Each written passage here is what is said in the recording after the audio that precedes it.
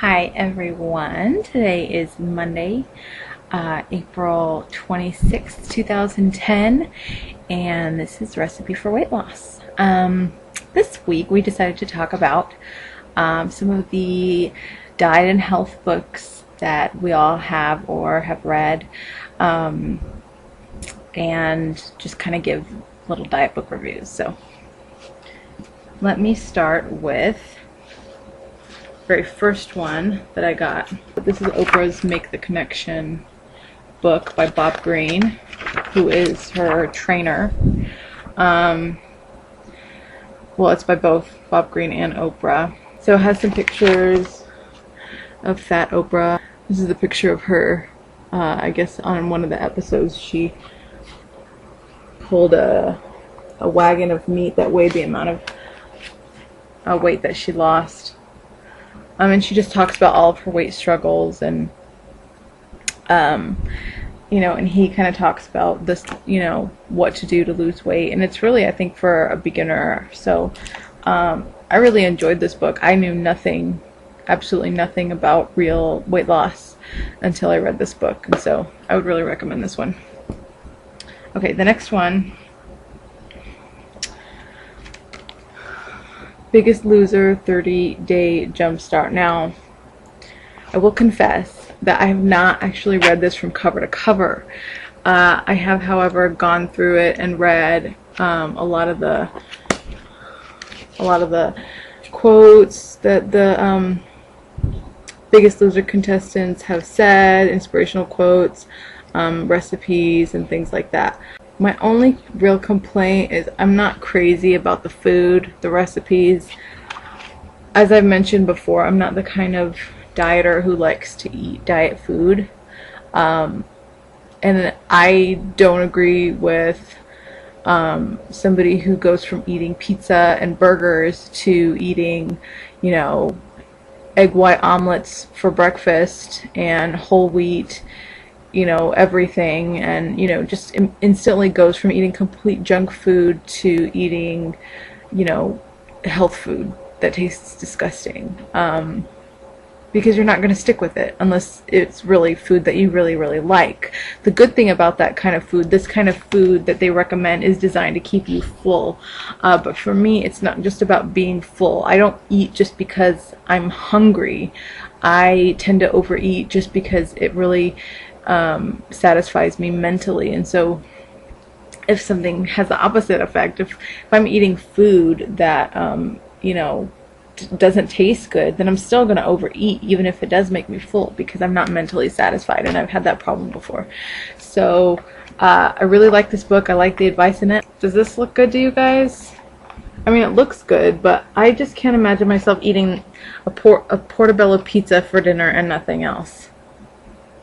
Okay. This next book, I was a sucker for this book because it's hot pink, and I just happen to love pink. It's called Body Esteem, and it is by Sherry Dawson. I haven't actually read this book yet. The idea behind this book is that sometimes, in some cases, there are people who are mentally preventing themselves from losing weight because they have some kind of an emotional roadblock that they haven't overcome. It's not because they don't know how to lose weight. There are hundreds of diet books like this one where they tell you what to do, or like this one where they tell you how to eat or what to do to lose weight, and a lot of us already know how to do that, and we're still overweight, and that's not necessarily the problem. The problem, I think, is related to this, which is, why do I keep sabotaging myself? Why am I not allowing myself to be where I want to be? But I think that this will make a good book, and I will definitely review this when I do read it.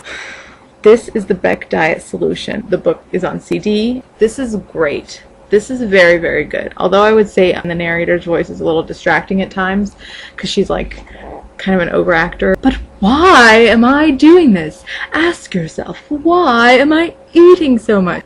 This is intended to be for anybody who's on any kind of diet, and it talks about cognitive therapy. how to think differently, and it talks a lot about sabotaging thoughts and how to avoid those sabotaging thoughts, or how to talk back to them. So when you have a sabotaging thought like, but why should I log my food? I don't need to write it down to know what I ate. Positive response, well, I didn't get to this weight by writing down what I eat, so maybe I should try it. Sounds a little bit obnoxious, but truly it actually has really great advice. I think this is definitely a very good one. Of all 4 of these, if I had to pick one that I would just recommend, I have a hard time choosing between these 2. This is older. You could probably get it for very, very cheap, this Oprah Make the Connection and Bob Greene book, but it has common sense for somebody who's starting out, who's not really you know, who's just starting out dieting, who doesn't really know what to do, who doesn't really know how many calories to eat and things like that. This gives you, or who doesn't know how to exercise and things like that. This is a good starting point for somebody like that. Now, for somebody who's a seasoned dieter who kind of tends to yo-yo diet and just, you can't seem to get yourself to just, you know, just do it. I would say check out this book, The Beck Diet Solution, and it talks to you about what's in here and kind of helps you to overcome some of that. So those are my recommendations. I hope you enjoy, and let me know if any of you guys have read this and what you guys think of any of these books. So I'll see you next week. Marianne's going to talk to you tomorrow about some of her books that she's read, and I'll see you guys next week. Bye-bye.